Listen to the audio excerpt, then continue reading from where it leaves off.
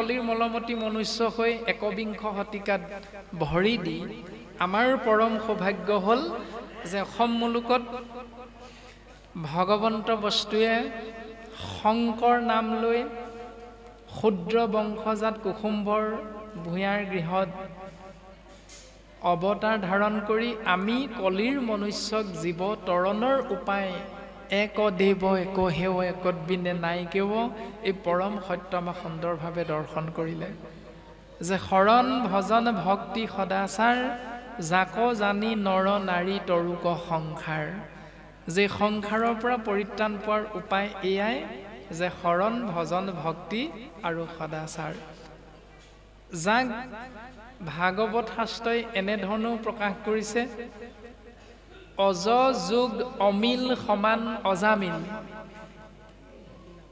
অৰ্থাৎ অজ ব্ৰহ্ম হ'ল যাৰ জন্ম নাই মৃত্যু নাই সেই জন্ম মৃত্যু নাই সেই অজ ব্ৰহ্মৰ লগত যি শৰীৰধাৰী মনুষ্য আত্মা তত্ত্ব আমি পৃথক হৈ থাকিম অমিল হৈ থাকিম তেতিয়া তেওঁকে শাস্ত্ৰই অজামিল বুলি কৈছে আৰু সেই কাৰণে সেই অজামিল নামৰ শৰীৰধাৰী আত্মা তত্ত্বক নৰকলে নিবৰ বাবে তিনিটা যমদূতৰ আগমন হৈছিল সেই যমদূত তিনিটাৰ নাম হ'ল কফ বাত পিত্ত আমাৰ শৰীৰটোত এই তিনিটা বেমাৰতেই আপুনি মই শৰীৰটোৰ পৰা আত্মা তত্ত্ব এদিন ওলাই যাব লাগিব কফ উশাহ নিশাহ ল'ব নোৱাৰি ডিঙিটোত এই যে জমা হৈ থাকে বাটটো বন্ধ কৰি থয় সেই কফৰ কথা কোৱা হৈছে তাৰ পাছত পিত্ত মানে এপেণ্ডিক্স গোল্ড ব্লাডাৰ আদি যিবিলাক আমাৰ উদৰত থকা পিত্তজনিত বেমাৰ 3 নম্বৰতে কোৱা হৈছে বাত বিষ অৰ্থাৎ 214ডাল হাড়েৰে গঠিত শৰীৰটোৰ সেই 214ডাল হাড় যি স্থানত লগ লাগে প্ৰত্যেকডাল হাড় সেইটোক গাঁঠি বুলি কোৱা হয় আৰু সেই গাঁঠিয়ে গাঁঠিয়ে যেতিয়া বিষ অনুভৱ হয় সেই বিষৰ বাবে এদিন এই শৰীৰটোৰ পৰা আমাৰ প্ৰাণ শক্তি ওলাই গুচি যায় এই তিনিটাই হ'ল যমদূত কফ বাত পিত্ত এতিয়া এই তিনিটা যমদূতৰ পৰা অজামিল নামৰ জীৱ আত্মাক পৰিত্ৰাণ দিছিলে কোনে 4জন বিষ্ণুদূতে সেই 4জন বিষ্ণুদূত হ'ল গুৰু দেৱ নাম আৰু ভকত এই গুৰু দেৱ নাম ভকত 4 মহাবস্তুৰ আশ্ৰয়ৰ মাধ্যমেৰে আমি কলিৰ মলমতি মনুষ্যই যিমানে যিমানে নিজৰ জীৱনটো যাপন কৰিবলৈ আগবাঢ়ি যাবলৈ চিন্তা কৰিম চেষ্টা কৰিম সিমানে সিমানে ঈশ্বৰ পুৰুষৰ কৃপা আমি লাভ কৰিব পাৰিম আৰু এদিন যেতিয়া ভগৱন্তৰ এই কৃপা পূৰ্ণাংগ হ'ব তেতিয়াই আমি মায়া ছেদ কৰি পৰম গতি লাভ কৰিব পাৰিম আৰু পৰীক্ষিতে জানিব বিচাৰিছে ইয়াৰ বিপৰীত ছবিখন মহামানী হুকগুৰুৱে পৰীক্ষিতৰ আগত দাঙি ধৰিছে যে গুৰুদেৱ নাম ভকত 4 বিষ্ণুদূতৰ কৃপা পাবলৈ হ'লে যিটো ব্যৱস্থা কৰিব লাগে সেইটো নকৰি কলিৰ কৰাল গ্ৰাসত আবদ্ধ হোৱা মলমতি মনুষ্যবিলাকে কেৱল মই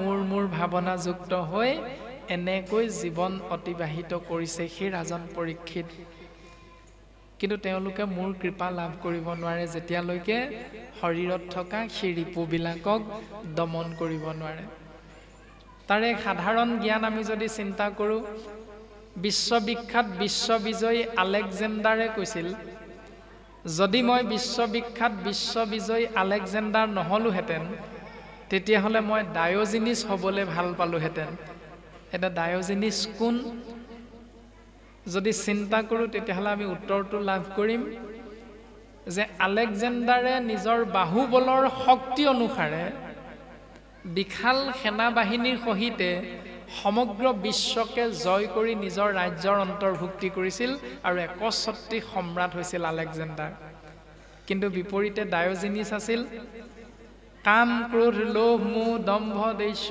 অহংকাৰ মদ মাচৰ্য আদি ৰিপুবিলাকক দমন কৰি বিশ্ববিখ্যাত হোৱা এজন মহান বীৰ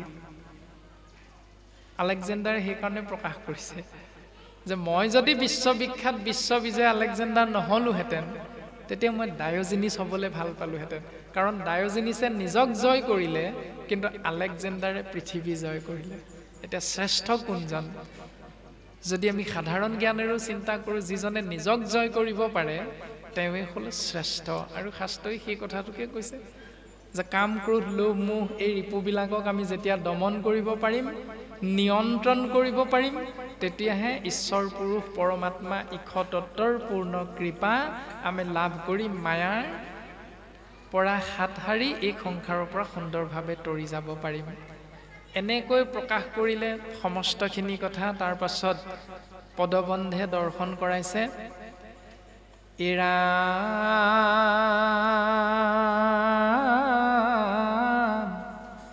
মহাৰাজা হব যশ কৰিয়া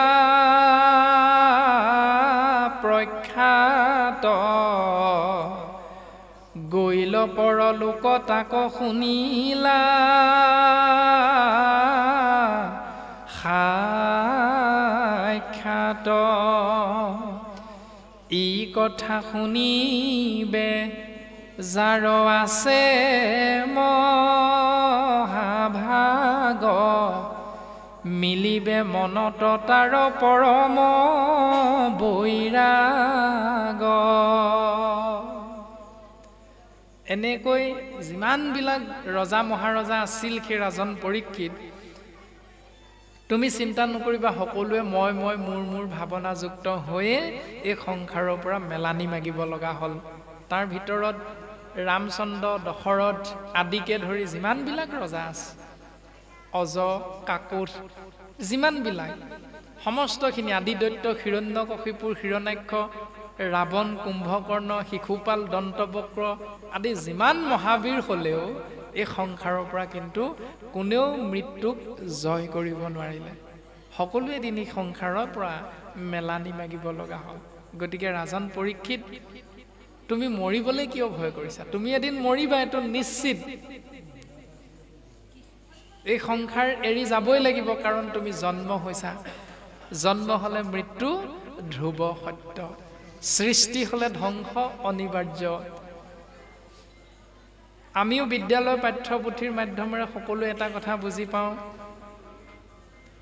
ওং তমসু মা সদ্গময়ং মৃত্যু মা অমৃতং গময়ং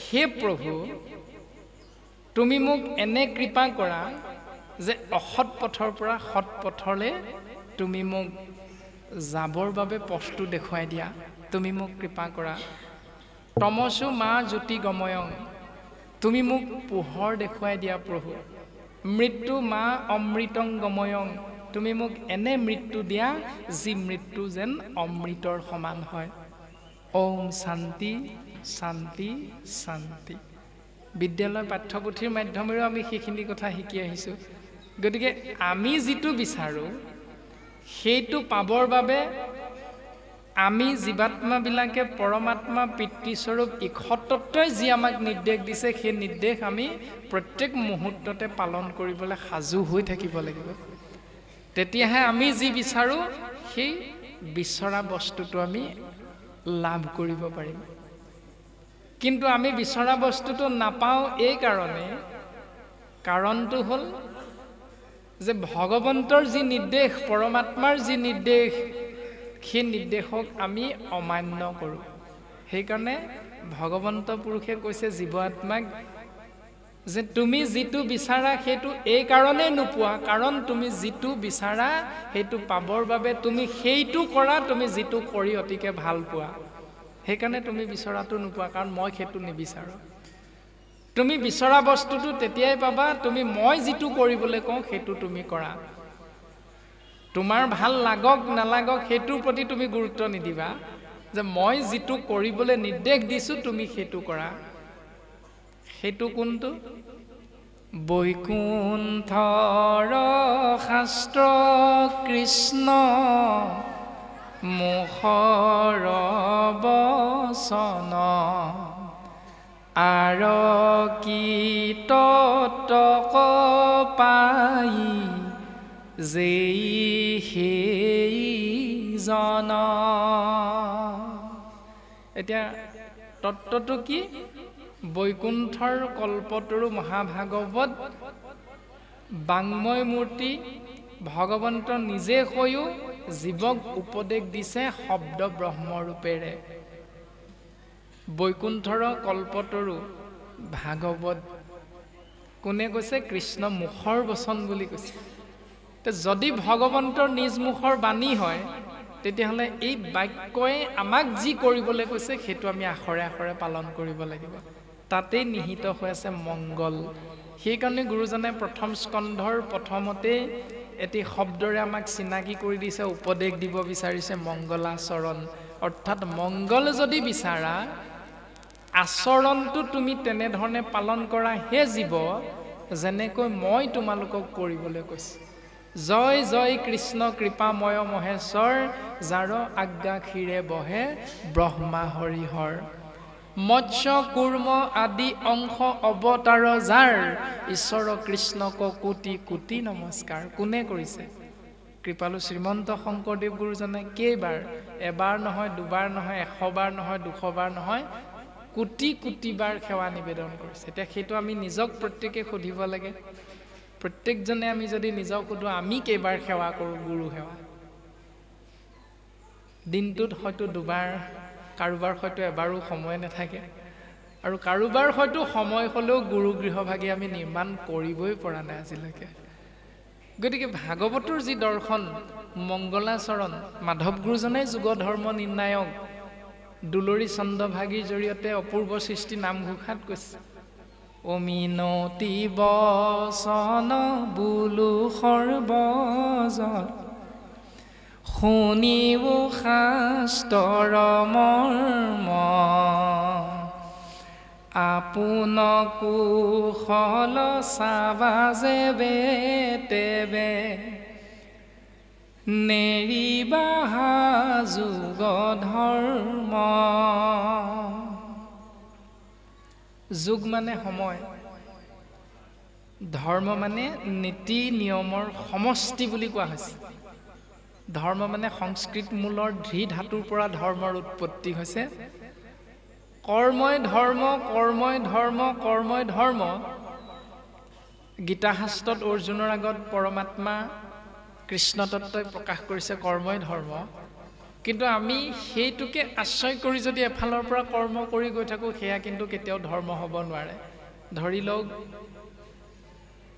পিতৃ মাতৃ পৰলোকগামী হোৱাৰ কাৰণে গুৰুজনাই ক'লে নাম আশ্ৰয় কৰা এক নামে যত পাপ সংঘৰিতে পাৰে ততেক পাতকি পাপ কৰিতে নপাৰে নাম আশ্ৰয় কৰিলো কিন্তু সন্ধিয়াৰ সময়ত খাৰ মাছ খোৱা এটা ব্যৱস্থা তাৰ পাছত গুৰুদেৱ নাম ভকত চাৰি মহাবস্তুত অৰ্পণ কৰি যেতিয়া কঠীয়া আমি পাৰিলো কঠীয়া গুজ ললো পথাৰত গুৰুদেৱ নাম ভকতত অৰ্পণ কৰিম বুলি কিন্তু নমুঠি খাবৰ সময়ত আমলৰীয়া খাটো বিনা কাৰণত বধ হ'ল এই যিবিলাক চিন্তা আমি কৰ্ম কৰোঁ সকলো কৰ্ম কিন্তু সকলো সময়তে ধৰ্ম হৈ নাযায় কৰ্মই ধৰ্ম বুলি কৈ থাকিও যদিও সেইটো কৰ্মকে শাস্ত্ৰই ধৰ্ম বুলি কৈছে যিটো কৰ্মৰ জৰিয়তে সেদজ অন্দজ উদ্ভিদজ আৰু জৰায়ু চাৰিটা ভাগত বিভক্ত হৈ থকা জীৱৰ মংগল হ'ব পাৰে সেই কৰ্মকে ধৰ্ম বুলি কৈছে যিটো কৰ্মৰ দ্বাৰা ব্ৰাহ্মণ ক্ষত্ৰিয় বৈশ্য শূদ্ৰ চতুবৰ্ণৰ প্ৰত্যেকজনৰে কিবা নহয় কিবা প্ৰকাৰে অকণমান হ'লেও মংগল জড়িত হৈ থাকে কেৱল নিজৰ উদৰ পূৰণৰ বাবে যিবিলাক আমি উপাৰ্জন কৰোঁ সেই উপাৰ্জন কেৱল যদি নিজৰ উদৰ পূৰণ কৰিবৰ বাবে বেংকত সাঁচি থওঁ সি কেতিয়াও সেই কৰ্ম কেতিয়াও পূৰ্ণাংগ ৰূপত শাস্ত্ৰত ধৰ্ম বুলি নাই কোৱা উপাৰ্জনৰ চাৰি ভাগৰ অন্তত এক অংশ আমি যদি সৰ্বপ্ৰথমেই গুৰুদেৱ নাম ভকতৰ চৰণত অৰ্পণ কৰোঁ তেতিয়া সেই কৰ্মৰ সেই উপাৰ্জনটো হ'ব ধৰ্মৰ উপাৰ্জন সৎপথৰ উপাৰ্জন কিন্তু কেৱল নিজৰ বংশ পৰিয়াল ইষ্ট মিত্ৰ কুটুম্ব ককাই ভাইৰ মাজতেই সীমাবদ্ধ থাকি হৰি সেৱা ঈশ্বৰ সেৱাৰ ফালে পিঠি দি কেৱল যদি মই মোৰ ভাৱনাযুক্ত হৈ সেই ধন খৰচ কৰোঁ তেতিয়াহ'লে তাৰ দ্বাৰা কেতিয়াও বা সেই কৰ্মক কেতিয়াও শাস্ত্ৰই পূৰ্ণাংগ ৰূপত ধৰ্ম হিচাপে সিদ্ধান্ত দিয়া নাই। সেইকাৰণে মাধৱ গুৰুজনাই কৈছে যে মিনতি বচন বোলো সৰ্বজন, অৰ্থাৎ কোনো দম্ভ অহংকাৰ কৰি আমাক কোৱা নাই। সেই সুধীবৃন্দ মিনতিপূৰ্বক সবিনয় নিবেদন বোলো সৰ্বজন তোমাৰ আহব, সমস্তৰে চৰণত আমি সেৱা নিবেদন কৰা হৈছে যে তোমৰা হবে নেৰিবাহা যুগ ধৰ্ম, সময়ৰূপী কৰ্মৰ পৰা তোমালোক আঁতৰি নাহিবা। কেতিয়া? প্ৰশ্নটো হয় বোলে আপোন কুশল চাবা যেবে তেবে, যেতিয়াই যেতিয়াই নিজৰ মংগল বিচাৰিবা, নিজৰ সুহৃদ বুলি ভাবি থকা ইষ্ট মিত্ৰ কুটুম্বৰ মংগল বিচাৰিবা, তেতিয়াই তোমালোকে শাস্ত্ৰসন্মতে যুগ ধৰ্ম সময়ৰূপী কৰ্মক আশ্ৰয় কৰিবলৈ চেষ্টা কৰিবা। সিদ্ধান্ত দিলে সত্য যুগে ধ্যান, ত্ৰেতা যুগে যজ্ঞ, দাপৰত পূজা, কলিত শৰীৰ কীৰ্তন বিনাই আৱৰ নাহিকে দুজা। সত্য যুগে ধ্যান এতিয়া দুই অৰ্থত আছে। সত্য যুগে ধ্যান যুগ হ'ল চাৰিটা, সেই চাৰিটাৰ দৰ্শনটো আমাক দিছে সত্য, ত্ৰেতা, দাপৰ, কলি। সত্য যুগত জন্মগ্ৰহণ কৰা শৰীৰধাৰী জীৱাত্মাবিলাকে পৰমাত্মা পিতৃ ঈশ্বৰতত্বৰ কৃপা লাভৰ বাবে ধ্যান কৰ্মৰ জৰিয়তে সেই জীৱনটো অতিবাহিত কৰিছিল। ত্ৰেতা যুগত সত্য যুগে ধ্যান, ত্ৰেতা যুগে যজ্ঞ। সত্য যুগত কৰা সেই ধ্যান কৰ্মটো ত্ৰেতা যুগ হোৱাৰ লগে লগে যজ্ঞলৈ ৰূপান্তৰিত হৈ গ'ল। তাৰ পাছত দাপৰ যুগত পূজা কৰ্মৰ জৰিয়তেহে জীৱই ঈশ্বৰৰ কৃপা লাভ কৰিব পাৰিছিল। কিন্তু কলি যুগত কলিৰ কৰাল গ্ৰাসৰ পৰা পৰিত্ৰাণ পাই জীৱই ঈশ্বৰৰ কৃপা লাভ কৰিবৰ বাবে গোবিন্দ মহাপ্ৰভুৰ নিৰ্গুণ নাম কায় বাক্য মন চিত্তেৰে আমি সুদৃঢ় বিশ্বাসেৰে আশ্ৰয় কৰিব লাগিব, সিদ্ধান্ত দিলে। কিন্তু বিপৰীত বাস্তৱসন্মত ছবিখনো দাঙি ধৰিছে। সত্য, ত্ৰেতা, দাপৰ, কলি হ'ল এই শৰীৰধাৰী জীৱাত্মাৰ চাৰিটা স্তৰ: কিশোৰ, কৈশোৰ, যৌৱন আৰু বৃদ্ধ। একেবাৰে সৰু 5 বছৰ সময়লৈকে সেই বয়সটো সত্য যুগ বুলি কৈছে। এতিয়া তাৰ পাছতে 10 বছৰ বয়স, তাৰ পাছতে যৌৱনত ভৰি দিয়া হ'ল, 12 বছৰ পাছত যৌৱনত ভৰি দিয়ে, তাৰ পাছতে বৃদ্ধ কাললৈ ৰূপান্তৰিত হয়। এতিয়া সেই চাৰিটা স্তৰৰ বৃদ্ধ কালটো হ'ল সত্য, ত্ৰেতা, দ্বাপৰ আৰু কলি। এতিয়া সেই চাৰিটা স্তৰত আমি যেতিয়া পিতৃ মাতৃয়ে আমাক সন্তান হিচাপে ডাক্তৰ, ইঞ্জিনিয়াৰ বা এনেকৈ ডাঙৰ ডাঙৰ চাকৰি কৰি ডাঙৰ মানুহ কৰাৰ সপোন দেখি যেতিয়া আমাক বিদ্যালয়ত নামটো লগাই দিয়ে, তেতিয়া আমাৰ কৰ্মটো কি? ছাত্ৰানাং অধ্যয়নং তপ, অৰ্থাৎ ছাত্ৰই অধ্যয়ন কৰাটোৱে হ'ল তপস্যা।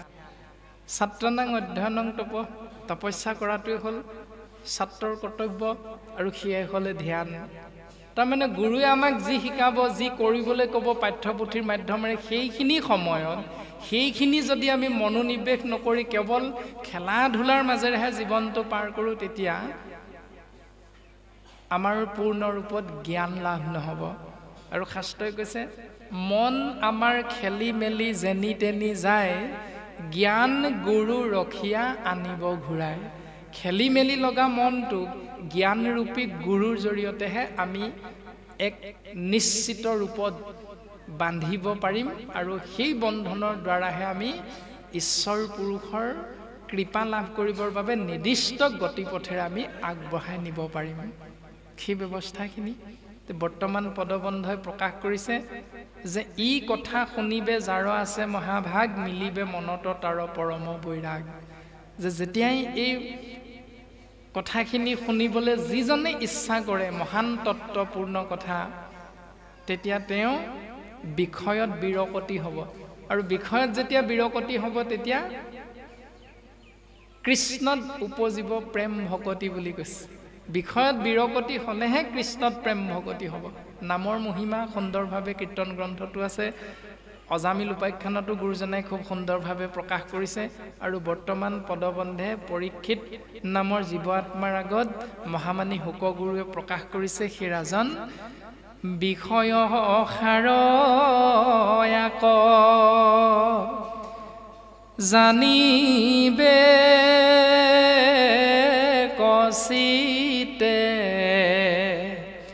কহিলো ধৰণী গীতা এহিহে নিমিত্তে।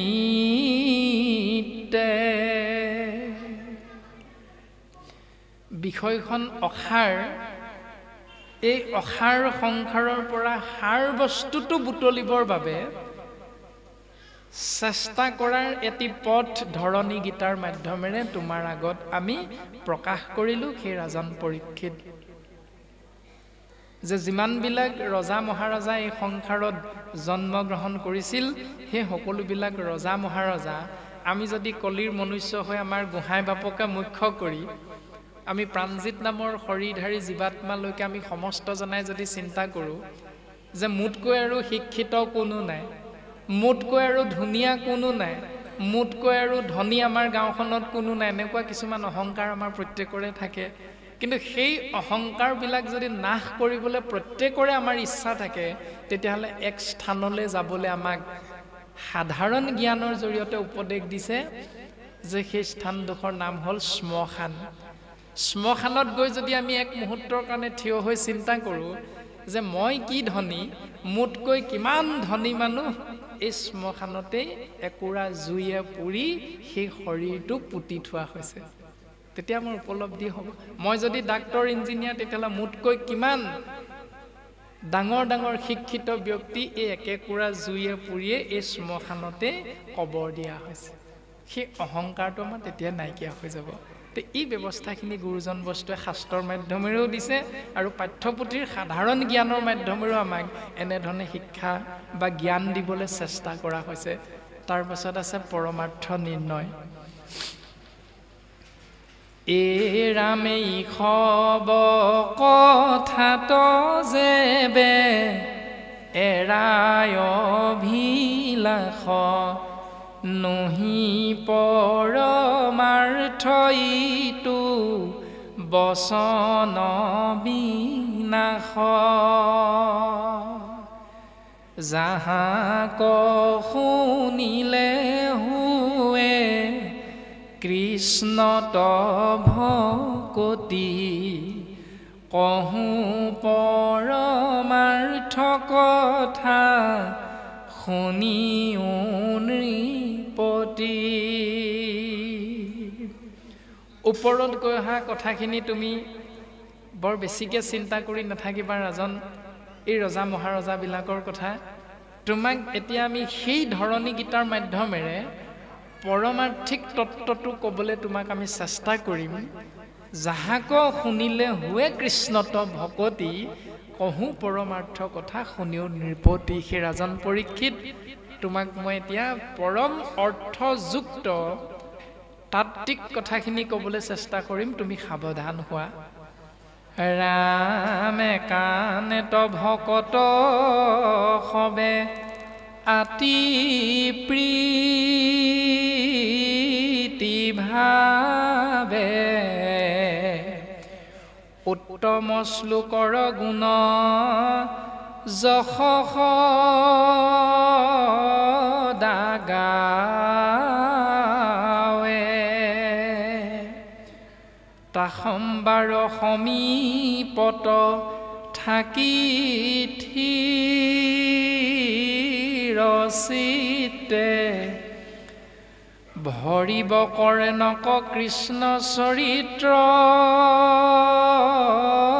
অমৃতে।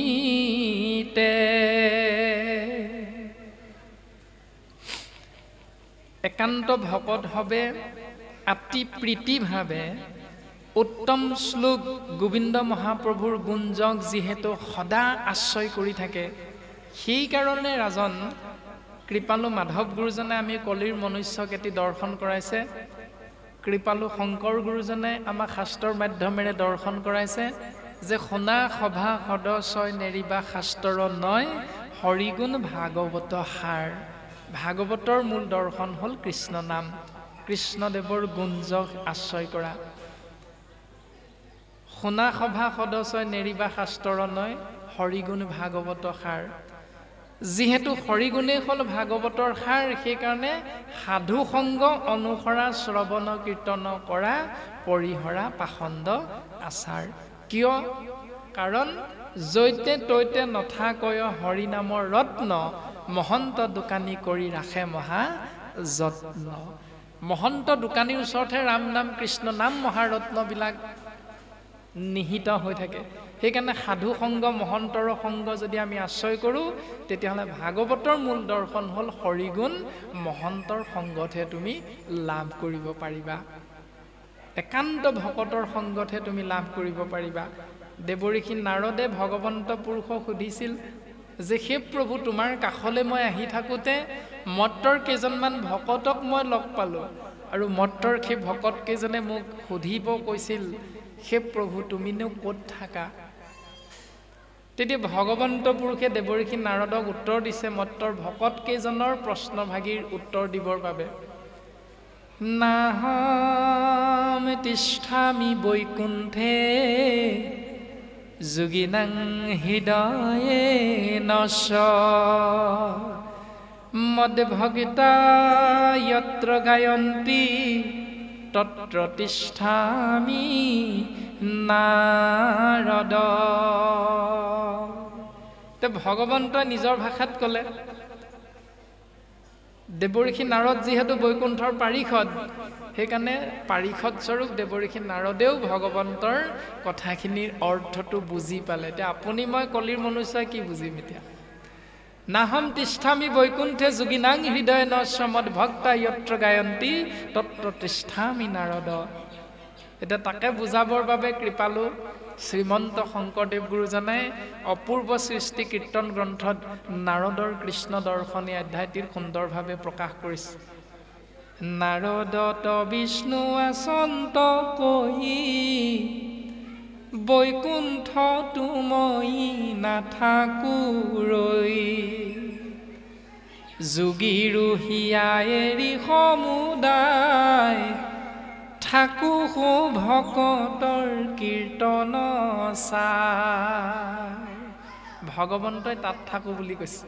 ক'ত? ভকতৰ কীৰ্তনৰ মাধ্যমেৰে ভগৱন্তক সেই স্থানত প্ৰকাশমান হৈ থাকে। এতিয়া সেই ভকতজনৰ নামাকৰণ কৰিলে কোনে? মাধৱ গুৰুজনাই। ক'ত? নামঘোষা শাস্ত্ৰত। ও একান্ত ভকত সবে,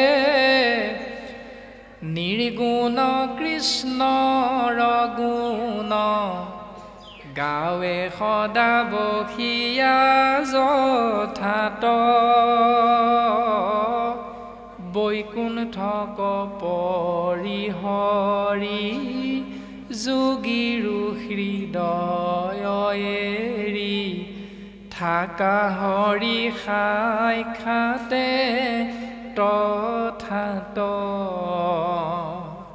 ৰাম থাকা হৰি সাক্ষাতে তথাত।